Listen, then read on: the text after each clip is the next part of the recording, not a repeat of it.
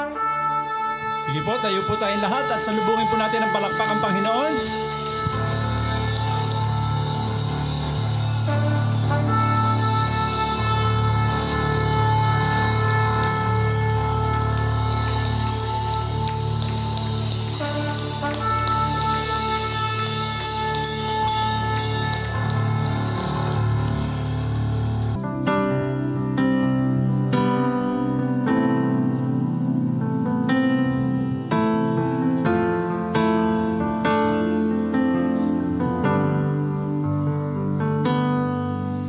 Katapatan mo, O Diyos, tunay at dakila.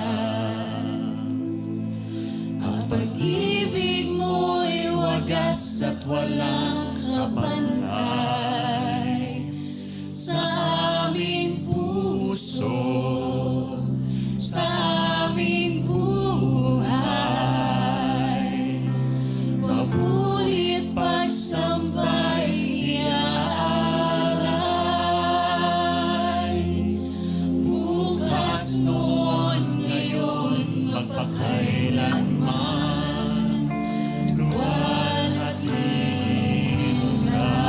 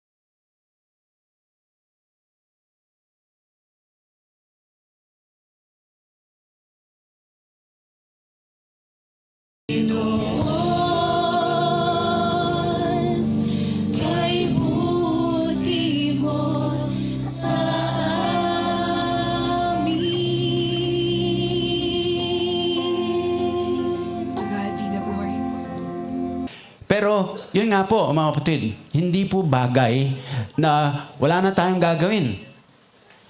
Hayahay na lang. Parang ganon. Pero hindi po. At yung mensahe po natin ngayon, mga kapatid, ay pagpapatuloy po sa pagbibigay ng encouragement or affirmation sa mga Thessalonian believers sa mas malawak na perspektibo. Yung po bang pangako ng Panginoong Hesus na siya ay babalik. At kahit na po meron mga pag-uusig sa mga Kristiyano at mga tagasunod niya, meron pong kasiguruhan ng ating Panginoon, our future is secure. In the Lord. In the Lord. So, maalala niyo po mga kapatid, ang ating Panginoon Jesus mismo, may sinabi sa kanyang mga alagad nung magkakasama sila dito sa lupa. John 16:33. Ang wika po sa kanila, I have told you these things so that in me you may have peace. In this world, wika niya, you will have trouble. Tingnan po, sabi, bilang tagasunod ko, you will have trouble in this world. But, take heart. Sa ibang salin, be of good cheer. Chill lang. I have overcome the world. Hallelujah. I have overcome the world, sabi niya. At doon sa Acts 5, verse 41, nung ma-establish na po yung first church sa Jerusalem, alam niyo po, dumadaan ng mga alagad sa persecution. Hinuhuli po sila dahil sa pangaral tungkol sa ating Panginoong Sus. At bahagi po ng mensahe na inihahag nila, hindi po yung basta lang namatay ang Panginoong Sus, kundi yung resurrection niya. Sentro po doon sa mensaheng inihahayag. Hindi po namatay, nilibing ng Panginoon Sus, period. Kundi sa ikatlong araw, nabuhay po siyang muli. Ayaw marinig ng mga tao sa kanilang panahon. Pinagbawalan po sila. Hinuhuli sila. Pero walang magawa eh. Talaga pong may alab sa puso ng mga alagad, mangaral pa rin. Pag halimbawa, kinulong ngayon. Pagkalaya, hirit pa. May pagkakataon po, parang hindi na maintindihan itong mga apostles, kaya pinalaya po with warning na huwag na ulit kayong mangangaral tungkol kay Kristo, lalo sa kanya resurrection. Pero ang sabi po ng Acts 5:41, the apostles left the Sanhedrin rejoicing because they had been counted worthy of suffering disgrace for the name. Yung name po doon ay capitalized letter N, referring to Jesus. Earlier than that, wala pong record sa New Testament na tinatawag pong Christians ang mga followers ni Lord. Followers of the way. The way, capitalized W pa rin. So, yung pong sinasabi na they were counted worthy. Taking notice, mga kapatid, the phrase na counted worthy, nasa text din po natin ngayon. Tingnan niyo yung 2 Thessalonians chapter 1 verse 5. All this is evidence that God's judgment is right, and as a result, you will be counted worthy of the kingdom of God, for which you are suffering. For which you are suffering. Mahalaga po, napansin natin. Sabi niya, you will be counted worthy. Dito po sa mundo, as we are saying, mga pinakaibig, bilang mga Kristiyano, tagasunod ni Kristo, tulad ng mga Thessalonian believers in their time, we will face persecution, affliction, sufferings for being Christians.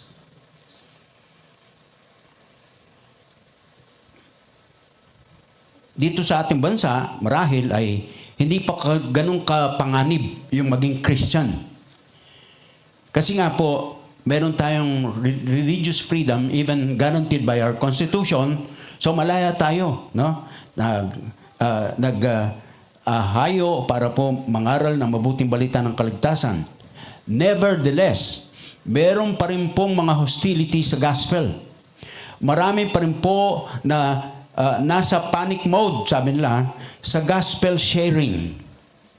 Both sa side ng nasisiran, nasundan niyo po yung salita natin gamit, Both sa side ng nasesharean at saka nung nagseshare. Okay po yun. Malinaw po yun. Both sa nasesharean at saka nagseshare. Minsan nabubul ako sa mga pagbabago ng mga lingwahe natin. Last Wednesday po, sa pastoral staff meeting or fellowship ng ating mga pastor, na-share ng Pastor Mig sa aming devotion yung pong pagtawag ng kanyang mga alagad o apostol. At yung two sets of brothers, Simon, Andrew, John, and James, tinawag po niya, follow me, sabi ng Panginoon sa kanila. At ang kasunod pong mga pahayag, sabi niya, follow me and I will make you fishers of men. Hinimay-himay po yung talata na yun. Ang kinalabasan po, by mere observation, tanggapin man natin o hindi, sa kasalukuyang panahon natin, mga minamahal, may rebuke sa atin si Lord sa bagay na yan. Napapansin po na sa kakristyanuhan, tayong mga born again, may kabagalan pa rin sa pag-share ng good news of salvation. Given the opportunity, left and right, hindi po natin nagagrab yung pagkakataon na binibigay ni Lord para i-share yung good news. Hindi automatic, hindi normal sa atin ang paghahayag nito. Samantalang sinisikap ng church, hindi lang sa atin kundi sa kabuuan, meron pong pagsisikap na ipahayag, bigyang hamon ng mga mananampalataya, kung ano meron siya, simply ibahagi niya sa iba. Pero yun nga po nagkukulang tayo sa larangan nito, mga kapatid. Ito nga ang ating obserbasyon. Baka naman kasi, ika ko nga, dahil nga po dito sa mga hinaharap na persecutions and sufferings ng pagiging Kristiyano. Tingnan po natin kabilaan. On the one hand, si Sinerian, yung Sineran, yung Nasiran, ayaw tanggapin yung good news of salvation kasi mape-persecute siya. Sa kabilang banda naman, ikaw na nagse-share, ayaw mo mag-share, ayaw mo kasing ma-persecute. So, magkabilaan man, ayun. Masaya na tayo, magkakasama, enjoy tayo. Pero, baka yung kapitbahay natin, di man lang alam na tayo followers ni Lord. Di man lang alam sa ating opisina na tayo born again. Kasama tayo doon sa lunch break, labas tayo sa ating mga upuan sa opisina, punta tayo doon sa lugar kainan sa opisina, kung ano-ano, basta binuksan yung baon o kung anong, dire-diretso na. Hindi makitang nagpe-pray man lang bago kumain. Samantalang iba, ikaw, kain ka na kagad. Walang pinagkaiba. Ulitin ko lang po, hamon sa atin ito, mga kapatid. Sabi ko nga po, kung kayo po'y napagpapala sa ating MCF hymn, gaya ng pinagpapatotoo ng maraming mga Christians, kapag ka po nalalaman na tayo pastor dito sa MCF, sabi nila, natutuwa po kami doon sa inyong hymn, MCF hymn. Di po ba, sabi doon, may linya. We want to be your sharing partner, O Lord.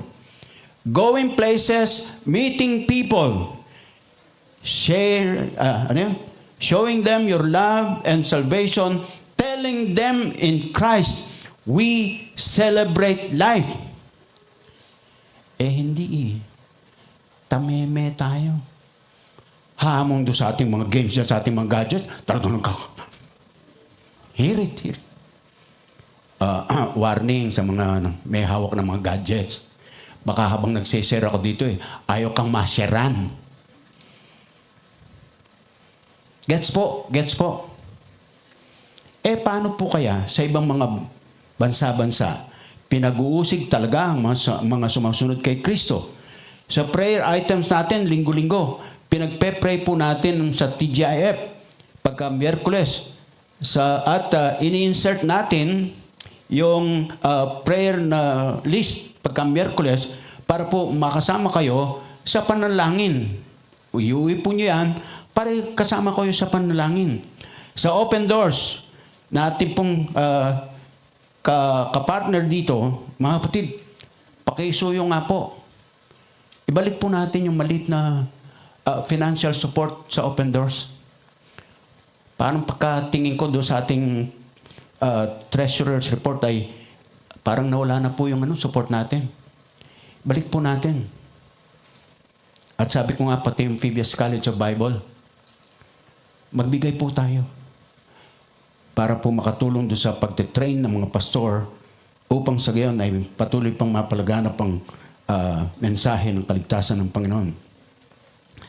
Now, what I'm trying to say mga kapatid, halimbawa, nire-report sa Open Doors Bulletin, Nigeria, merong parang sistematikong paraan ng pag-uusig po sa mga born-again Christians. Talagang nitong nakaraan ay nahayag po sa balita, mga 25 na mga born-again sa Nigeria, pinatay. Yung mga pastor, yung mga workers, kasama po, at pagkatapos yung mga simbahan, sinusunog. Sudan and other places. Sa atin dito, siguro, hayahay lang tayo. So, wala lang.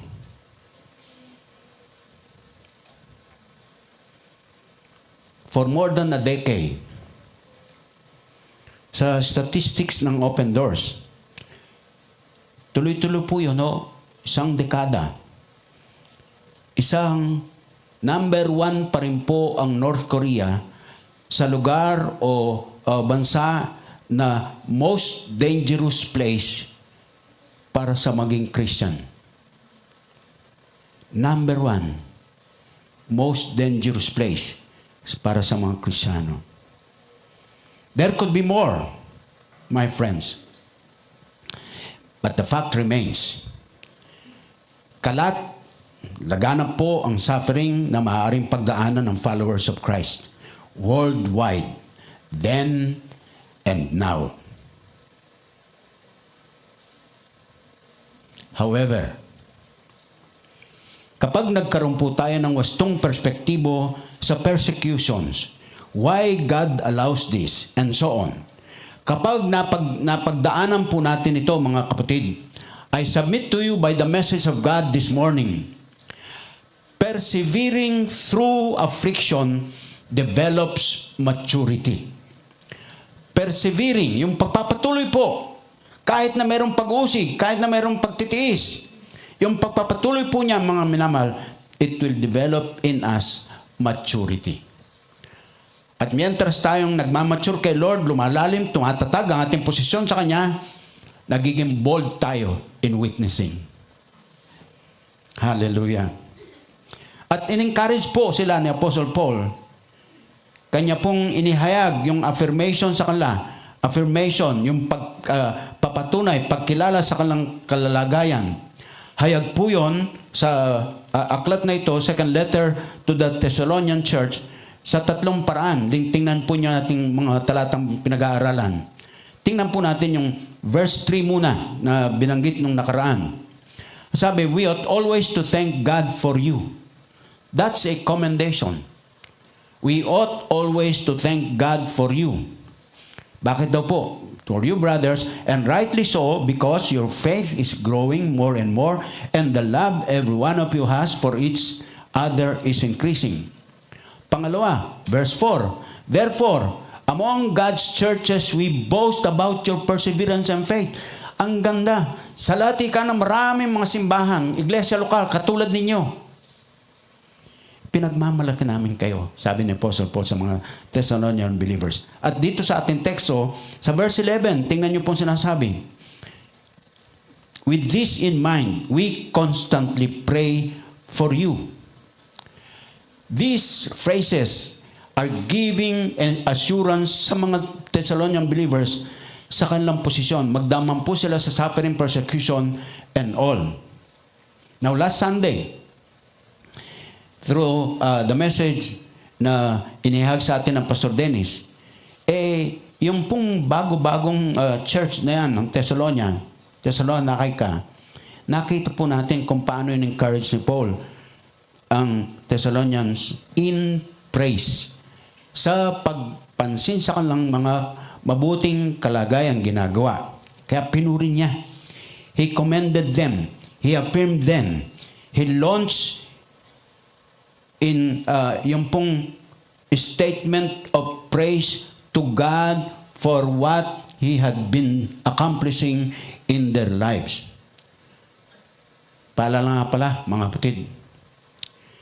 Whenever we give testimony sa ginagawa ni Lord sa ating buhay, diretso sa punto. Ang pinupuri po natin si Lord, hindi tayo. Gusto kong maging malinaw po yon. We give due credit kung kanino. At isa lang po, kaya mabuti ang Diyos, si Lord. Hindi po tayo. So, huwag kang magkukwento na kasentro sa iyo, kundi sa ginagawa ni Lord sa iyo. Paalala lang po sa atin sa bagay na yon. Alam niyo po, hindi natin makakaligtaang mapansin yung pong pagpapasalamat ni Paul sa dalawang sulat niyang ito sa mga Thessalonian believers. Parang daanan lang po natin yung mga talata. Simulan po natin sa 1 Thessalonians, yung unang sulat niya. Pansinin niyo po yung chapter 1 verse 2. Chapter 1 verse 2. 1 Thessalonians. Ano po ang sabi niya? We always thank God for all of you, mentioning you in our prayers. Tapos, chapter 2 verse 13. 1 Thessalonians pa rin po. And we also thank God continually because when you received the word of God, which you heard from us, you accepted it not as a word of man, but as it actually is the word of God, which is at work in you who believe. Nagpapasalamat. Tapos sa chapter 3, verse 9, sabi po naman dyan, mga kapatid, how can we thank God enough for you in return for all the joy we have in the presence of our God because of you? 2 Thessalonians chapter 1, verse 3. We ought always to thank God for you. Chapter 2, verse 13. But we ought always to thank God for you, brothers, loved by the Lord, and so on. So, puno po ng pasalamat dito sa mga sulat niya sa mga Thessalonian believers. Bakit po naman ganon? Pasalamat dito, pasalamat doon. Anuman ang kalagayan, pasalamat, pasalamat. And for what blessings did Paul give thanks and therefore encourage his friends? Ito po, sa outline ni Warren Wiersbe, ilang bagay ang kanyang inobserbahan. Sa verse 3, first part, their faith was growing. Sabi ng verse 3, because your faith is growing more and more. Second part ng verse 3, their love was abundant, abounding. And the love every one of you has for each other is increasing. Tapos sa verse 4, their patience was increasing. And then, verse 4 pa rin po, their testimony was helping others. Hallelujah. Pasalamat. Pasalamat. Paul, the apostle, had every reason to praise God and give thanks for what God was doing in their lives, young as they were in the Lord. Pero napansin niyo po ba, tila may kulang. Yung hope, di po ba yung triumvirate ng faith, hope, love. Dito po, parang nawawala yung hope. Na-miss out tila baga. Pero dahil nga siguro lito sila sa kanilang mga kalalagayan, parang ang dating sa kanila ng kanilang sitwasyon, wala nang pag-asa. And Equally, ganun din po tayo mga minamahal. Pagka we are at the thick ng mga sitwasyong napaka-nega sa atin, wala nang sigla. Parang wala nang pag-asa. Pero pinalakas po ang loob nila ni Apostle Pablo sa pagharap sa mga trials and persecutions via or sa pamagitan po ng promises naman. Kanina praise, ngayon po promises naman. Know this, my friends. True to the Thessalonians in their time, at totoo din po ito sa atin ngayon. Gaano man po katindi ang kasalukuyan nating kalalagayan, we have a secure and glorious future. Sa totoo lang, ang ating pong ipinagtitiis bilang mga anak ng Diyos ay ebidensya. Ang sabi po, a manifest token. At siguro, ginamit ko po yung phrase, baka sana umakma, show cause order. Yung mga persecution, yung mga pinagtitiis natin dahil tagasunod tayo ng Kristo, ito po yung mga ebidensya ng Diyos po natin ay matuwid. Righteous, working out His great plan for us. Hindi po nawawala yun sa puso at isipan ng ating Diyos. Yung kanyang pinlano na noon pa. Hindi po naluluma. Hindi nalalaos. Hindi naiba. Hindi po nababago. Mangyari ng lahat-lahat. Magkagulo ng lahat-lahat. Pero yung kanyang dakilang plano, tuloy pa rin po. Tuloy pa rin po. Yes, as Christians, we may face persecutions. Ayaw natin yon, pero nangyayari. Being a Christian, tiyakan, haharap ka sa mga tukso dito, sa mga tudyo-tudyo dyan, sa mga pang-asar dyan, bullying. Pero tiyak po, hindi babaguhin ni Lord yung kanyang plano. Madali tayong makapag-isip na ang ating suffering ay patunay na God does not care. Na parang wala siyang kakayahang hanguin tayo sa pagkalugmok. When just the opposite is true.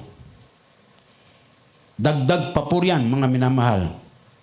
The way we act in times of trial proves to others that God is at work.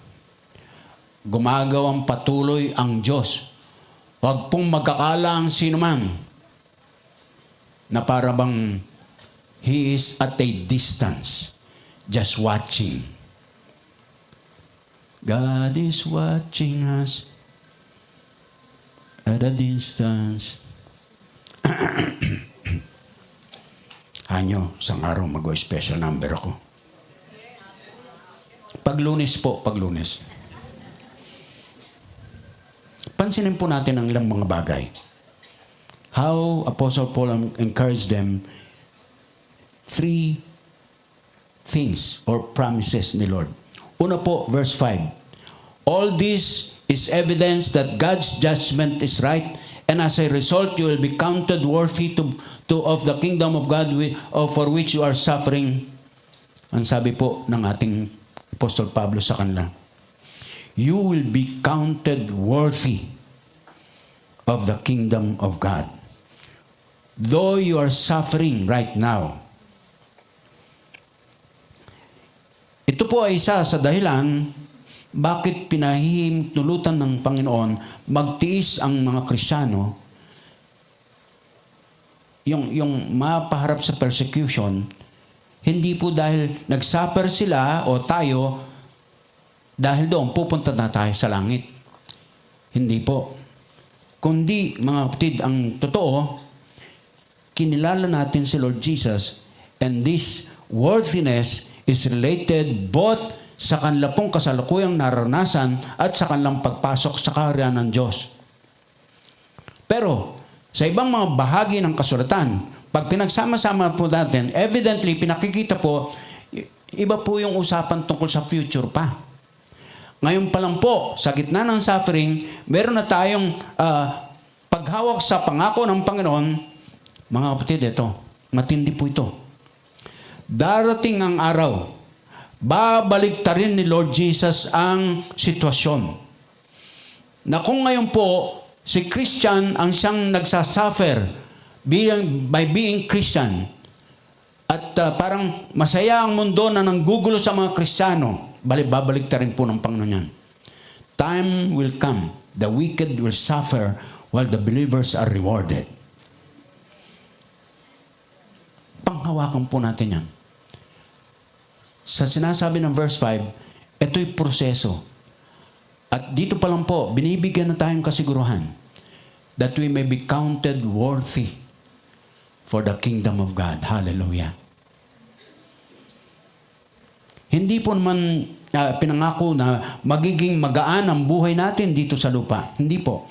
Instead, He taught that we would have to face difficulties and fight battles.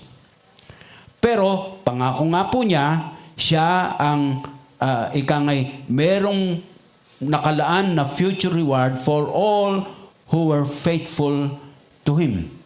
Isa lang po, pagiging faithful. Yun lang po ang hinihingi ng Panginoon. Pagiging faithful sa Kanya. Ikalawa, ito po hindi masyadong gamit na salita, pero ginamit ko pa rin po, recompense. Recompense. Simple po, ang ibig sabihin po ito, to repay. To repay. Hinanap ko po sa Tagalog, parang ang dating nito ay yung pabuya, no? Gantimpala, recompense. Alam po ninyo, ginamit ni Lord yung affliction para sa mga naliligaw. Pero pinangako niya rest, pahinga para sa mga ligtas. To recompense means to repay.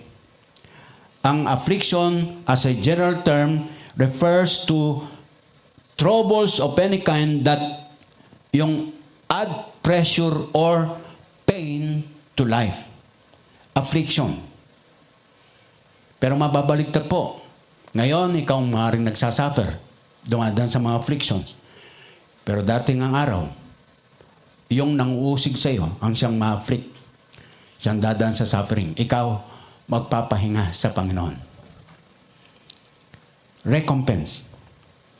Alam nyo, kung obserbahan po natin ang sinasabi ng kasulatan, yung wicked who persecute the godly do not always receive their just payment in this life. Mamamayagpag po yung mga masama.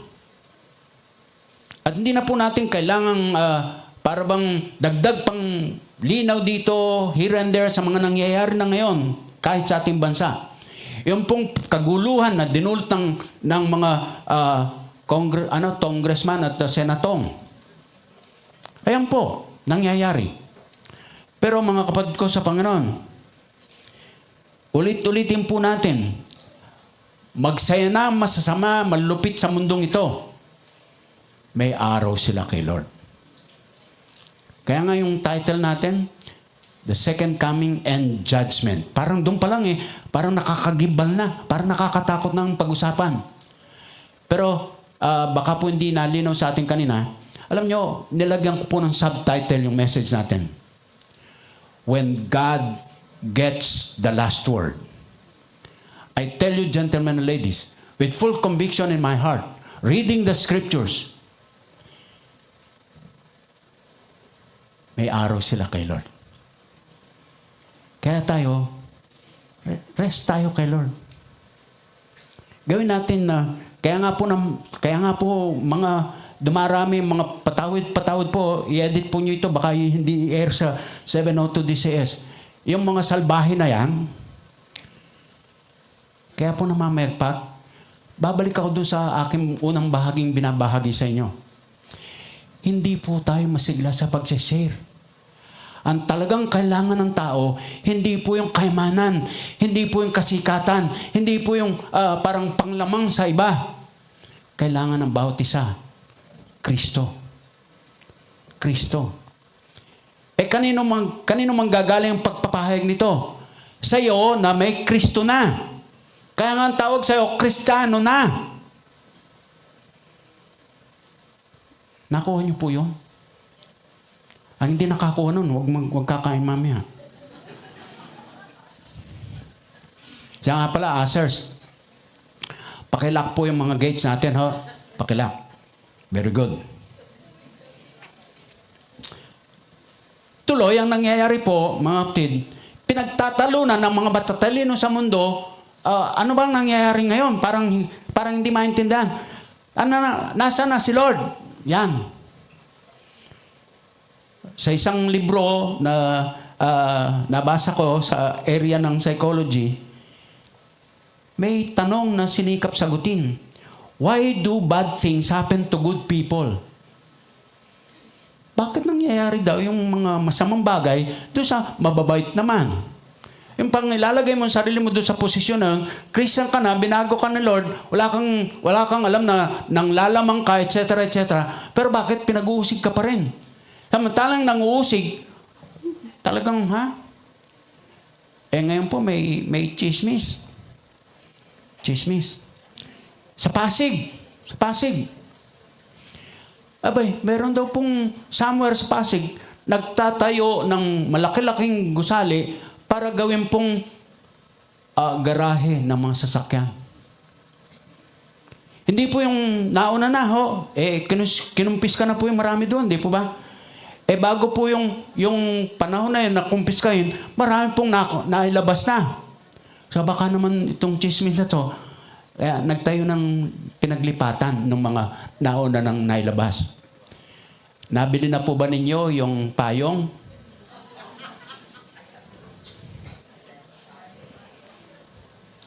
Ang mahal naman ng payong na yun.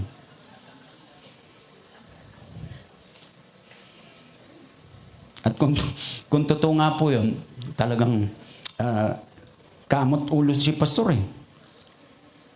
Natipuhan niya yung payong, binili niya pati yung Rolls Royce na nando sa payong. Ay, nasakyan yung payong. Ay, naku. Payongan niyo nga po ko, mga kapatid. At unti-unti, mga kapatid, pinalalabo ang karakter ni Lord na all-powerful, sovereign, and good. Si C.S. Lewis po, inarticulate niya sa kanyang mga sulat yung pong intellectual struggle na tinawag niya. Nagtatalo-talo ang isip. Nasaan si Lord? Anong ginagawa niya? Akala ko ba? Ito ang sabi niya. In a capsule. If God were good, He would wish to make His creatures perfectly happy. Logical. And if God were almighty, He would be able to do what He wished. But the creatures are not happy. Therefore, God lacks either goodness or power or both. Tingnan niyo po, pinalalabo sa kamalayan ng tao yung sino talaga ang Diyos. Samantalang sinasabi po ulit at ulit ng kasulatan, latag sa banal na kasulatan, Old and New Testament alike, God is all-powerful. He is all-knowing. He is everywhere. And He is sovereign. He is good. So pagka may nangyayaring mga friction, persecution sa atin, ano ang nangyari sa Diyos ko? Bakit hindi ako sinasaklolohan? Hindi ako tinutulungan? Ay, mga kapatid, before we ask that question, tingnan po natin muna kung saan tayo nakatindig. And I commend you dun sa katotohanan, tindigan po natin ang katotohanan hindi po nagbabago sa salita ng ating Diyos. Ang dapat siguro nating tanong, what kind of future mayroon ang hindi mananampalataya? Ang nag-uusig sa mga mananampalataya. What kind of future they have? Ang mga ginamit pong salita ni Apostol Pablo sa kanyang mga sulat, mula sa Book of Romans hanggang doon sa Philemon, makita po natin mga kapatid, yung mga salitang ginamit ni Apostol Pablo tungkol sa mga pwedeng mangyari sa mga hindi mananampalataya. Tribulation, vengeance, flaming fire, punishment, everlasting destruction. Matitinding mga salita. At hindi po pwedeng ibaba o pababawin ang pakahulugan. Sa mata ng Diyos, ganun po ang pwedeng mangyari sa hiwalay pa kay Kristo. The Christ-rejecting world will receive from God exactly what it gave to God's people. Ang katlo po, rest. Rest. Ang sabi sa verse 7,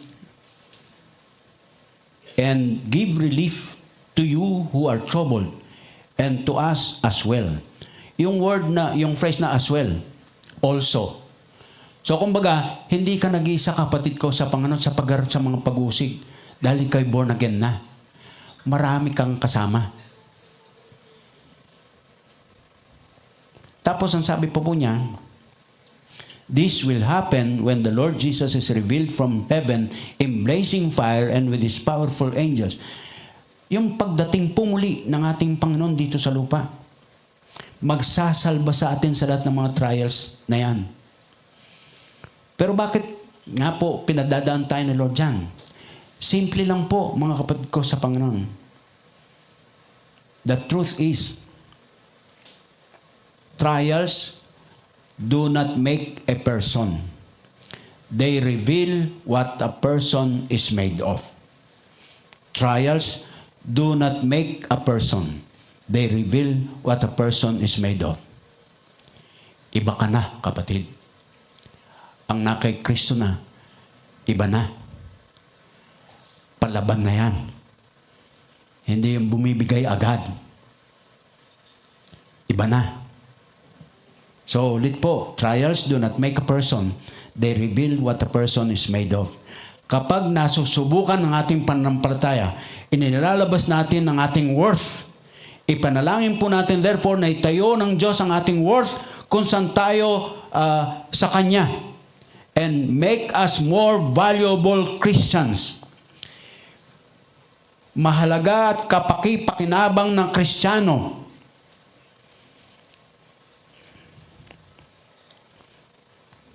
And this is all because we have endured trials. We have endured trials. And that leads us to the third na pang-encourage ni Paul, pag-affirm ni Paul sa mga Thessalonian believers. Prayer. Prayer. Look at verse 12 and 11 and 12. With this in mind, we constantly pray for you that our God may count you worthy of His calling, and that by His power He may fulfill every good purpose of yours and every act prompted by your faith. Malaman yung verse 11. Pero summa total, it only speaks of prayer. Sabi niya, with this in mind, pag sinabi pong with this in mind, mga kapatid, nangangahulugan po yan dahil sa mga sinabi ko na, dahil sa pinahayag ko na sa inyo, dahil dyan, sabi niya, with this in mind, we constantly pray for you. Mga kapatid, kahit sa mga nakaraang paghahayag na mensahe ng Diyos, dito sa mini-series ng ating 1st and 2nd Thessalonians, may laging hamon tungkol sa pagpapanalanginan sa isa't isa. At nakita po natin, sa portion ng bandang huli ng 1st Thessalonians, mayroon pong kahilingan si Pablo. Na karaniwan, parang hindi ganong hayag po ito sa atin. Normally kasi, ang isip natin, tayo ang pinagpe-pray ni pastor. Pero sabi ni Paul sa mga Thessalonian believers, pray for us. Magpanalangan tayo sa isa't isa, mga minamahal kong kapatid sa Panginoon.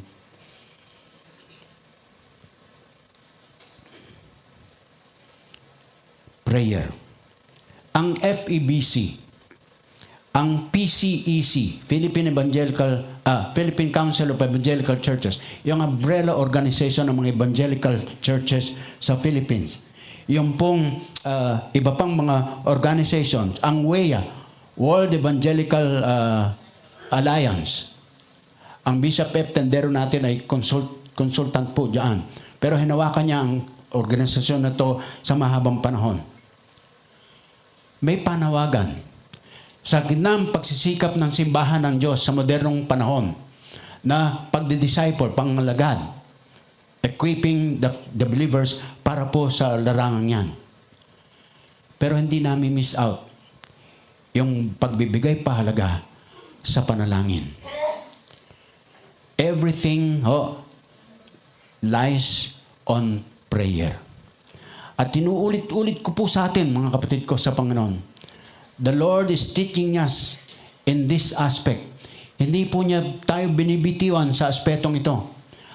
Ang pinakaunang equipping na dapat mahayag sa buhay Kristiyano natin, we must be equipped in praying. We must become prayerful. Bago may pagpapasya, anuman yon, sa anumang larangan ng ating buhay, kapatid ko sa Panginoon, bata, matanda, pray muna. Pray. Ulitin ko po yan. Sa mga kabataan natin, bago magligawan, pray muna.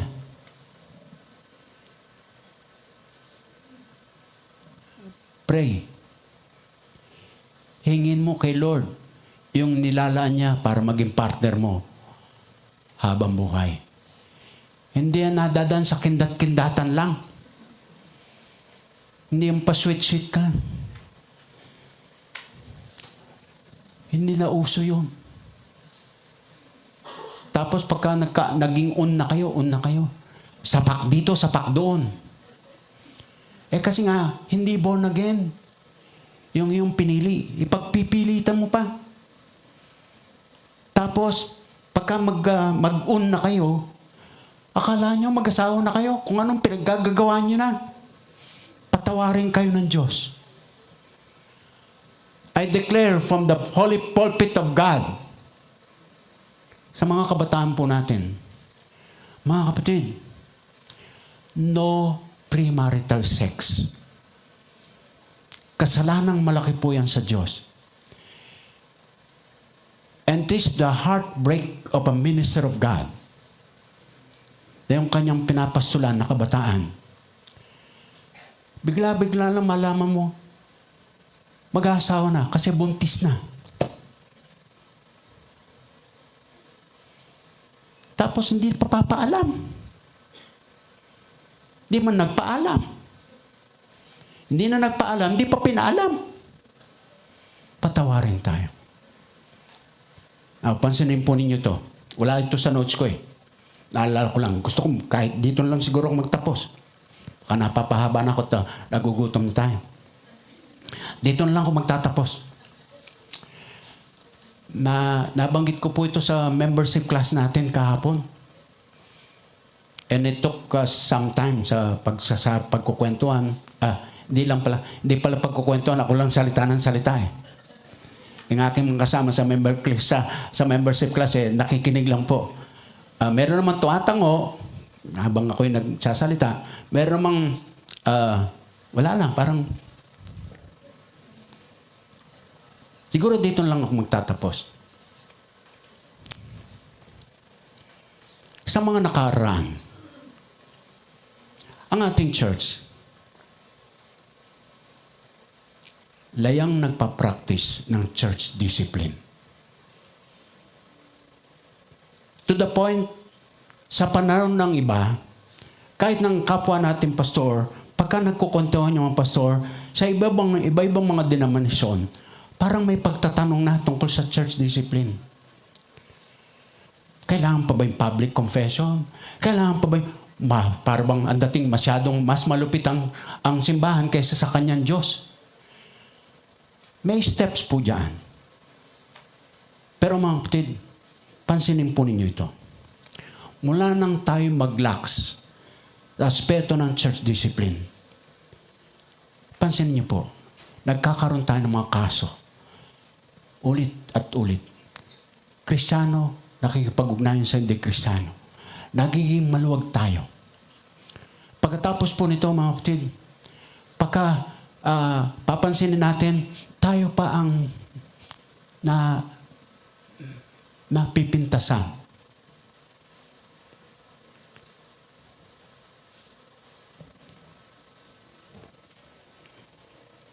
Having been convinced, panindigan po natin sa church ang aspetong ito. Kung anong paraan na gagawin natin, pag-uusapan po yan ng pamunuan. Meron na tayong pinasimulan. Pero babalansehin po natin ito. Babalansehin po natin ito. Ginawa na rin po natin ito sa nakaraan. Pero hindi natin napagpatuloy. Ano po ito? Ibig sabihin po nito, pagka meron po tayong couple, kabataan, lalaki at babae na in relationship. Yan. Kasi iba pa raw po yung ligawan kaysa doon sa in relationship. Pagka in relationship na, magnobyo na, parang gano'n. Ibalik nga po natin na ipapakilala sa kongregasyon yung merong mga nobyo at nobya. For two reasons. One, for the church to recognize kung ito po'y galing sa Diyos o hindi. At kung ito'y galing sa Diyos, bilang respeto ng church, ipagpe-pray po yan. Para po maging gwardiya nila laban sa tukso. Kahit kayong mga magulang ng mga kabataan natin, you cannot guarantee itong bagay na to sa inyong mga anak. Na magkulong yan sa kwarto, wala na kayong alam kung anong nangyayari. Baka nanonood sa pornography yan sa kanyang gadget o kung ano. O kaya po, patawarin ako. Pero pwedeng mangyari. Pagka yan po sa labas, lalo na meron na pong ka-holding hands. Yung hands na yan, naglilikot. Ngayon H lang. H, holding hands. Yung kamay kung anong nagagawa. Iniingatan daw sa paglalakad. Medyo napakabig. Yung kabig na yon, anong kanyang nakabig? Are you with me, gentlemen, ladies?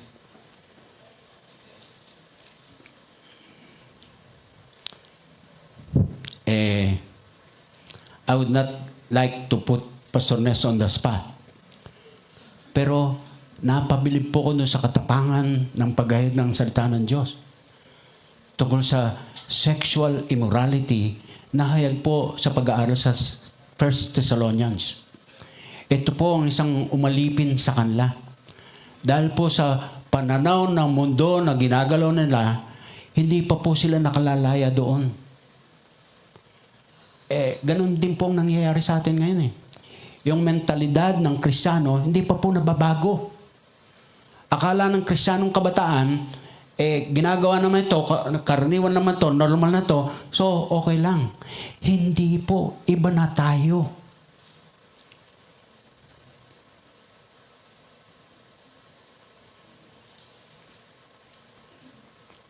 Ito na lang po, last na lang po. Sasara ko na yung notebook ko. Ang ginagawa po natin ngayon, hindi man ganong ka-ideal. Ulitin ko po yun. Hindi man po ganong ka-ideal. Yung alam natin, mga kabataan natin, na mayroon pong nobyo o nobya. Sinisikap nating makausap. Lalo pa, kung sa tingin natin ay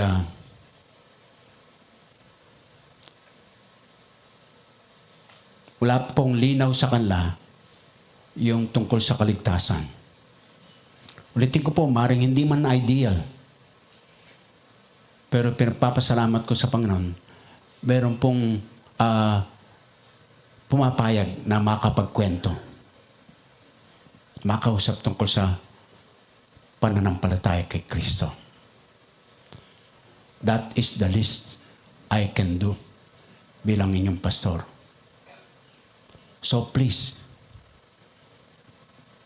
be with me in this area. Let the church win the battle sa nangyayari sa ating mundo ngayon. That is why, nilagyan ko nga po ng subtitle ang ating message. When God gets the last word. Let's pray. Panginoon,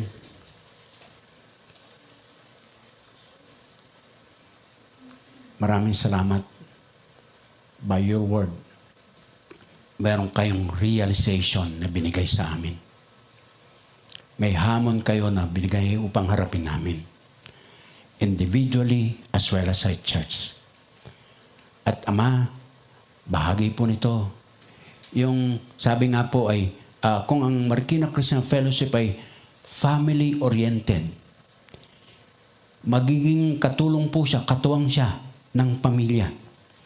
Hindi po agawan ng church ang role ng pamilya sa buhay ng pagpapamilya. Una po dito ang pagiging magulang, pagiging mga anak sa Kristiyanong tahanan.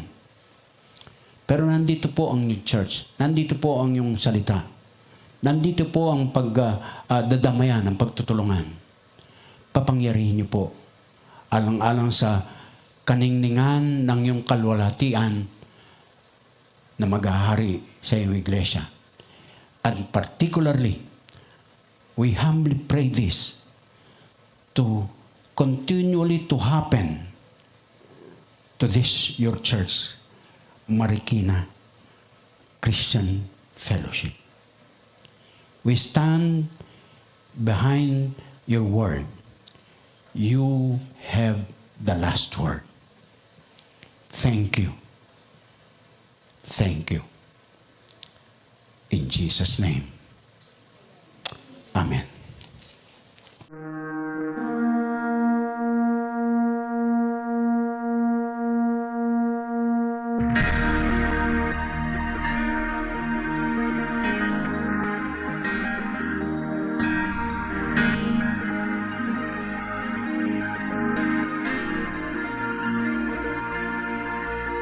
Make us your showcase, an attraction for you. Then others may see who you really are, and what you can do. And once they know you, they will love and serve